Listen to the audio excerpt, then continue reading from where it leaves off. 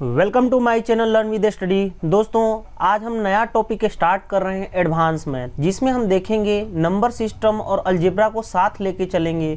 This is the number system part 1 session. इस session में हम देखेंगे राकेश यादव के क्लास नोट्स के video solution, question number 1 to question number 10 के वीडियो सॉल्यूशन। अभी तक आप मेरे चैनल पे पहली बार आए हैं तो चैनल को सब्सक्राइब कर लें, ताकि कोई भी मैं वीडियो डालूं तो सबसे पहले नोटिफिकेशन मिल जाए। अगर आप मेरे टेलीग्राम चैनल पे ज्वाइन नहीं हो पाए हैं तो वीडियो के डिस्क्रिप्शन में लिंक दे दूंगा, वहां से आप डायरेक्ट ज्वाइन हो सकते हैं, जहां पे पीडीएफ एंड नोटिफिकेशन की कब मेरी वीडियो आने वाली है उसकी इन्फॉर्मेशन देता रहता हूं। तो देर नहीं करते हुए हम स्टार्ट करते हैं सेशन को। देखो, आज हम पढ़ेंगे नंबर सिस्टम में रिमाइंडर थ्योरम, जिसको हिंदी में बोला जाता है शेषफल प्रमेय। ठीक है, अगर हिंदी मीडियम के स्टूडेंट हैं उनके लिए भी बेनिफिट है, जो इंग्लिश मीडियम के स्टूडेंट हैं उनको भी हेल्पफुल मिलने वाली है। तो रिमाइंडर का मतलब क्या होता है? फॉर एग्जांपल देखो, क्वेश्चन नंबर 1 में कह रहा है कि 17 को 6 से भाग देना है। 17 डिवाइडेड बाई 6। तो देखो, 6 से भाग देना है 17 को। तो मैं आपको सिंपल एक वे बताता हूं, जैसे आप बचपन में करते आए हो। कैसे? 6 को 17 से भाग दोगे तो 6 दूनी कितना होता है? 12। कैंसिल हो गया ये, और ये कितना बच गया? 5। यानी कि रिमाइंडर कितना बच गया? 5। लेकिन ये तो हमने ऐसे किए ही हैं। दूसरा आज एक और वे बताता हूं। तो रिमाइंडर, आपको रिमाइंडर का मतलब क्या है? शेषफल कितना हो गया? 5। और यही तो नीचे वाला क्या कहलाता है? शेषफल। या हिंदी में अगर वाले हैं उनको बोलेंगे शेषफल, और इंग्लिश मीडियम के स्टूडेंट्स बोलेंगे रिमाइंडर। तो देखो, अब ये चीजें हैं। फॉर एग्जाम्पल सेम क्वेश्चन मैं लेता हूं, 16 को 17 से भाग देता हूं। तो क्या करते हैं? अभी तो हमने रिमाइंडर 5 देखा, हम क्या करते हैं? इसको 2 टाइम्स नहीं बल्कि 3 टाइम्स ले जाते हैं। 3 टाइम्स लेंगे तो क्या हो जाएगा? 18। और 18 को घटाएंगे तो ये क्या बच जाएगा? -1। यानी रिमाइंडर निगेटिव भी हो सकता है। यानी कि रिमाइंडर को क्या करेंगे? निगेटिव। रिमाइंडर इस केस में कितना हो गया? -1। लेकिन ओवरऑल जब हम बात करेंगे तो देखो मैं कैसे समझाता हूं आपको। जैसे देखो, फॉर एग्जाम्पल जैसे देखो क्वेश्चन नंबर 1, 6 को अगर हम 17 से डिवाइड करेंगे, 6 दूनी कितना होता है? 12। यानी रिमाइंडर कितना बच गया? 5। अगर हम 6 को 18 ले जाते हैं तो रिमाइंडर कितना बचता है? -1। जैसे फॉर एग्जाम्पल फिर से मैं आपको दिखा देता हूं, 6 को 17 से भाग दो, 6 दूनी 12। यानी कि क्या हो गया? रिमाइंडर 5 बच गया। अगर 6 को 17 से भाग दोगे तो कितना? 6 18 कर लेते हो, तो यानी कि यहाँ पे रिमाइंडर -1 हो गया। यानी कि 2 केस ले लिए, एक पॉजिटिव और एक क्या ले लिए? निगेटिव। कोई एक से ही बना सकते हो, हम अकॉर्डिंग टू चॉइस, अपने चॉइस के अकॉर्डिंग दोनों ले सकते हैं अकॉर्डिंग टू क्वेश्चन में। तो देखो, अब फाइनल जो रिमाइंडर की बात की जाएगी कि रिमाइंडर फाइनल इसका रिमाइंडर होगा क्या, तो देखो जो प्लस वाला होता है वही रिमाइंडर होता है। प्लस वाला का मतलब क्या है? अगर हम प्लस लेते हैं, अगर मैं प्लस लेता हूं तो डायरेक्ट रिमाइंडर +5 हो गया। अगर निगेटिव केस में लेता हूं तो निगेटिव फाइनल जो रिजल्ट होता है, फाइनल रिमाइंडर जो शेषफल होता है, वो कभी भी निगेटिव नहीं होता है। तो यानी कि पॉजिटिव होगा। तो जो -1 आया है ना, इस केस में दूसरा केस ले तो 6, और ये जो माइनस आया है उसको घटा देते हैं तो 6 - 1 कितना हो गया? 5। यानी बोथ केस में आपका आंसर कितना हो गया? 5। तो आप कोई भी एक लेके बना सकते हो। जैसे देखो, मेरे को इसका रिमाइंडर करना है तो 6 को 2 से 6 दूनी 12, यानी कि 5 बच गया रिमाइंडर। तो रिमाइंडर क्या मैं डायरेक्ट लिख सकता हूं? क्या? 5। अगर मेरे को निगेटिव सेंस में लेना है कि देखो निगेटिव सेंस में लेना है तो देखो 6 को 3 से डिवाइड करूंगा तो 6 18, -1 रिमाइंडर हो गया। तो रिमाइंडर फाइनली लिखूंगा तो 6 माइनस क्या लिखूंगा? 1। यानी क्या लिखूंगा? 5। आप कोई भी एक केस लेके आसानी से बना सकते हो। फॉर एग्जाम्पल 27 को 10 से भाग देना तो 10 दूनी 20, यानी कि कितना बच गया? 7। रिमाइंडर कितना हो गया? 7। यानी कि शेषफल कितना हो गया? 7। ठीक है, इसका मतलब ये है कि क्या? शेषफल प्रमेय। ठीक है, शेषफल प्रमेय। अब देखो नेक्स्ट, देखो अगर किसी ने बोला कि नहीं हमको इसको 30 ले जाना है तो 10 तियां 30 यानी कि कितना कम है? -7 कम है ना।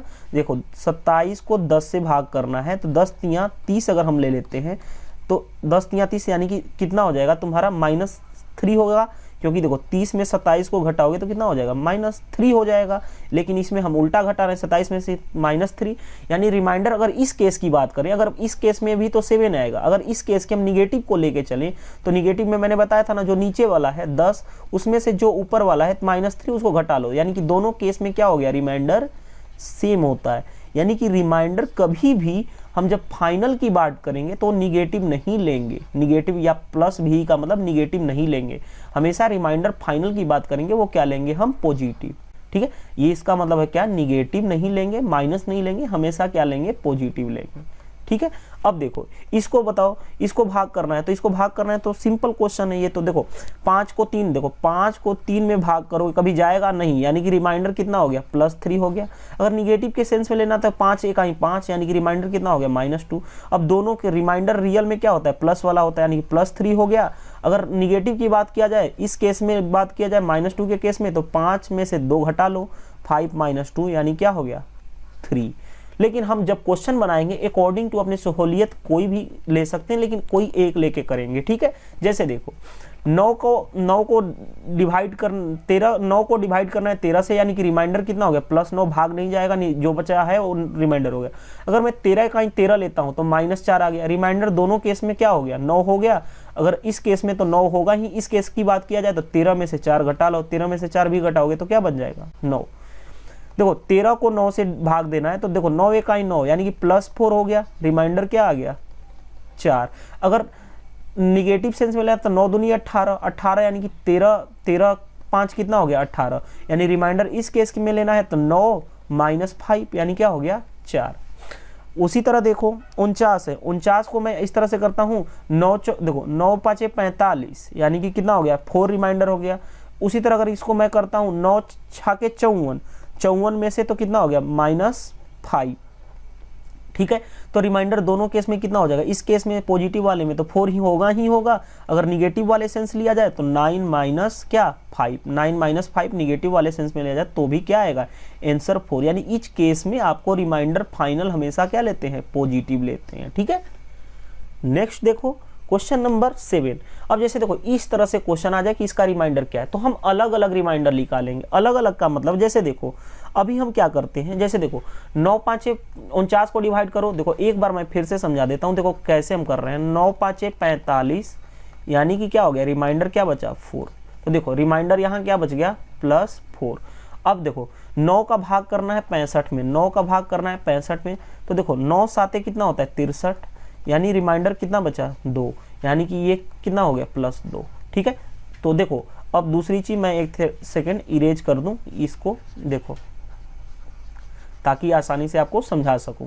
तो देखो अब ये बताओ, मैंने आपको बताया कि ये देखो हमने अलग अलग ये चीजें कर लिया। अब देखो रिमाइंडर क्या, इधर +4 है और इधर कितना है, +2, बीच में क्या है, मल्टीप्लाई, तो मल्टीप्लाई कर दो। 4 × 2 कितना हो गया, 8। 8 को फिर क्या करना, 9 से डिवाइड करना है, यानी रिमाइंडर कितना हो गया, इसका रिमाइंडर 8 हो गया, क्योंकि भाग जाएगा ही नहीं, तो जो नहीं जाएगा तो वो क्या कहलाएगा, रिमाइंडर। ठीक है, इसी क्वेश्चन को हम निगेटिव सेंस में भी लेके बना सकते थे। कैसे, देखो मैं इरेज करके बताता हूँ। जैसे निगेटिव मतलब हमने क्या किया, 9 को 49 से भाग दिया, तो देखो हमने क्या किया, निगेटिव सेंस की बात किया जाए तो देखो 9 × 5 = 45, 9 × 6 = 54, 54 में से इसमें करोगे तो कितना हो जाएगा, देखो 54 में 49 को घटाओगे तो कितना हो जाएगा, 9 × 5 = 14, यानी कि -5 हो गया, यानी इस केस में कितना हो गया, -5।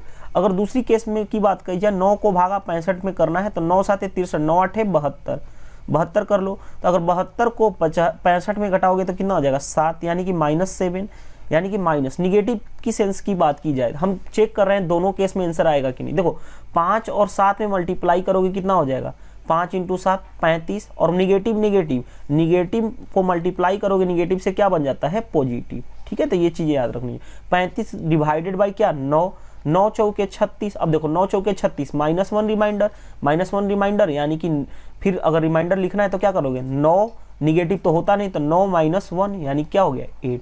देखो हमने उस तरह से भी बनाया था तो आंसर जब पॉजिटिव लेके बनाया था तो भी आंसर 8 आया था, निगेटिव सेंस में बनाया तो भी आंसर 8 आया, यानी आंसर क्या होगा, सेम आएगा। अकॉर्डिंग टू हम सिचुएशन पॉजिटिव ले सकते हैं और निगेटिव ले सकते हैं। तो मैं इस क्वेश्चन को भी क्या करता हूँ, इरेज कर देता हूँ। जैसे देखो हमने क्या, फिर से एक बार समझा देता हूँ ताकि आपको कोई प्रॉब्लम ना हो। देखो 9 × 5 = 45, रिमाइंडर कितना हो गया, +4, 9 × 7 = 63, यानी कि रिमाइंडर कितना हो गया, +2, 63 2 65 होता है, यानी कि 2 रिमाइंडर हो गया। यानी इसको मल्टीप्लाई करूंगा तो 4 × 2 मल्टीप्लाई करूंगा तो कितना हो जाएगा, 8। उसको डिवाइड किससे करना है, 9 से, यानी कि रिमाइंडर क्या हो जाएगा यही, क्योंकि भाग नहीं जाएगा तो क्या हो जाएगा, रिमाइंडर का मतलब हमेशा मैं बताया हूँ शेषफल हो जाएगा, शेषफल प्रमेय। तो आपको कोई दिक्कत नहीं है कि हिंदी वालों को आपको समझ नहीं आनी चाहिए। ठीक है, अब जैसे देखो क्वेश्चन नंबर 8 है।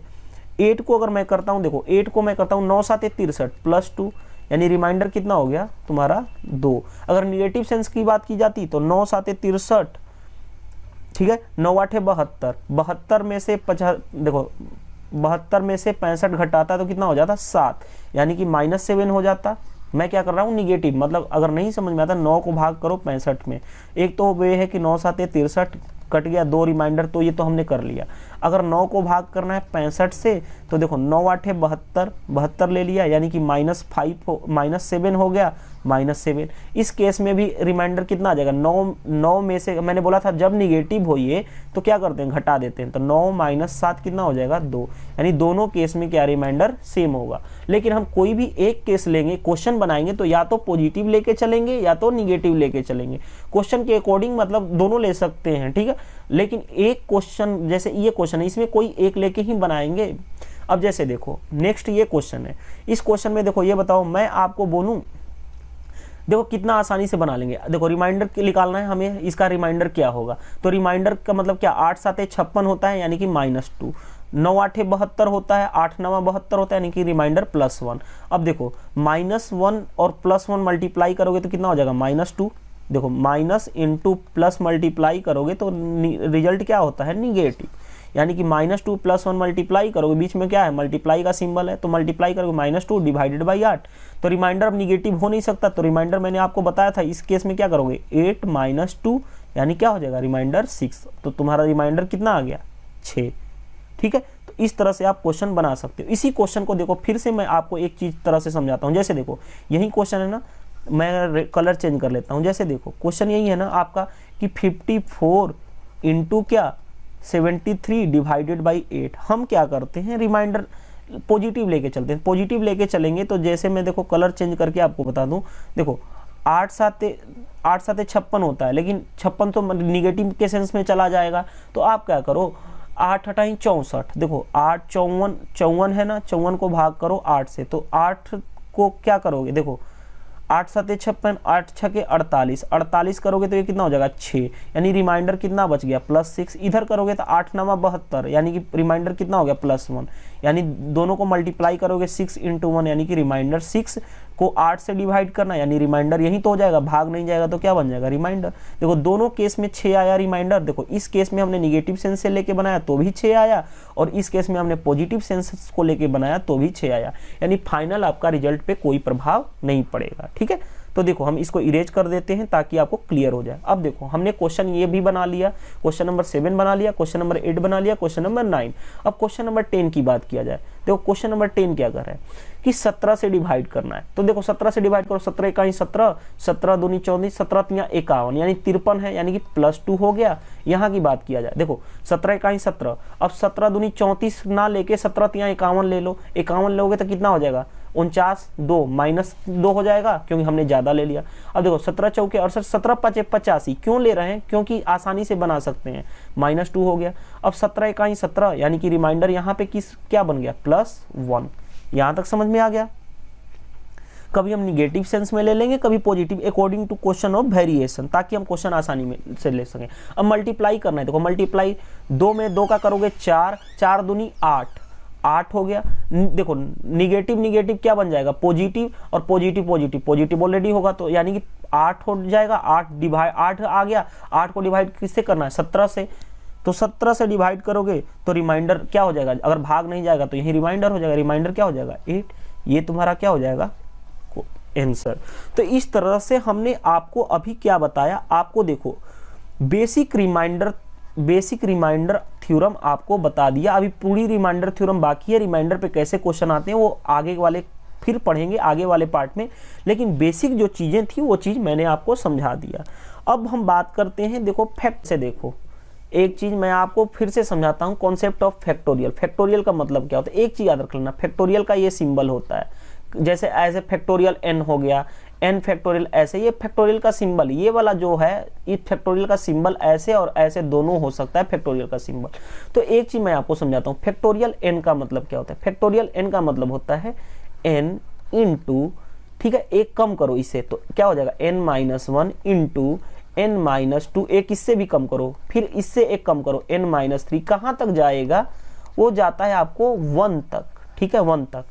अगर आपसे कोई बोल दिया फैक्टोरियल 5 बताओ, तो फैक्टोरियल 5 का मतलब क्या हो गया, 5 लिख दिए, एक कम करो 4, एक कम करो 3, एक कम करो 2, एक कम करो 1, यानी कि 5 से लेके 1 तक, यानी फैक्टोरियल 5 कितना हो जाएगा, देखो 5 × 4 20, 20 × 60 दूनी 120। और कोई बोला फैक्टोरियल 4, फैक्टोरियल 4 का मतलब क्या होगा, 4 × एक कम करो, 3 × 2 × एक कम करते जाओ, और कहाँ तक कम करते जाओ, 1 तक, तो 4 × 12, 12 दूनी 24, ठीक है। अगर फैक्टोरियल 3 की बात की जाए तो 3 × 2 × 1, यानी कितना हो गया, 3 दूनी 6। अगर फैक्टोरियल 2 कहा तो कितना करोगे, 2 × 1, क्योंकि एक कम करो यानी कि 2। अगर फैक्टोरियल 1 की बात की जाए तो 1, क्योंकि 1 तक ही लिखना है यानी कि 1। इस तरह से आप फैक्टोरियल की वैल्यू निकाल सकते हो। फॉर एग्जांपल अगर आपसे देखो एक चीज और मैं आपको बताता हूं, जैसे देखो यहां तक तो आप समझ गए होंगे। अगर देखो फैक्टोरियल 5 लिखना है, फैक्टोरियल 5 क्या होता है, देखो फैक्टोरियल 5 हमारा होता है 5 × एक कम करो 4 × एक और कम करो 3 × 2 × 1, यानी कि मल्टीप्लाई करोगे 5 चौके 20, 20 × 60 दूनी 120। अगर देखो फैक्टोरियल 4, फैक्टोरियल 4 को क्या लिखो, 4 × 3 × 2 × 1, यानी कितना हो गया तुम्हारा, कितना हो गया फैक्टोरियल, यानी कि 4 × 12 दूनी 24। ये लो हमने 24 लिख दिया। कॉन्सेप्ट एक मैं आपको बताता हूँ, ये बताओ ये यहां तक मैं कलर चेंज कर लूं ताकि आपको कंफ्यूजन ना हो। देखो यहां तक ये क्या है, यहां तक ये है आपको क्या है, देखो फैक्टोरियल 4 है ना, इसी की वैल्यू ना हम लिख रहे हैं क्या, फैक्टोरियल 4, तो इसको हम लिख सकते हैं फैक्टोरियल 4, एस लिख सकते हैं।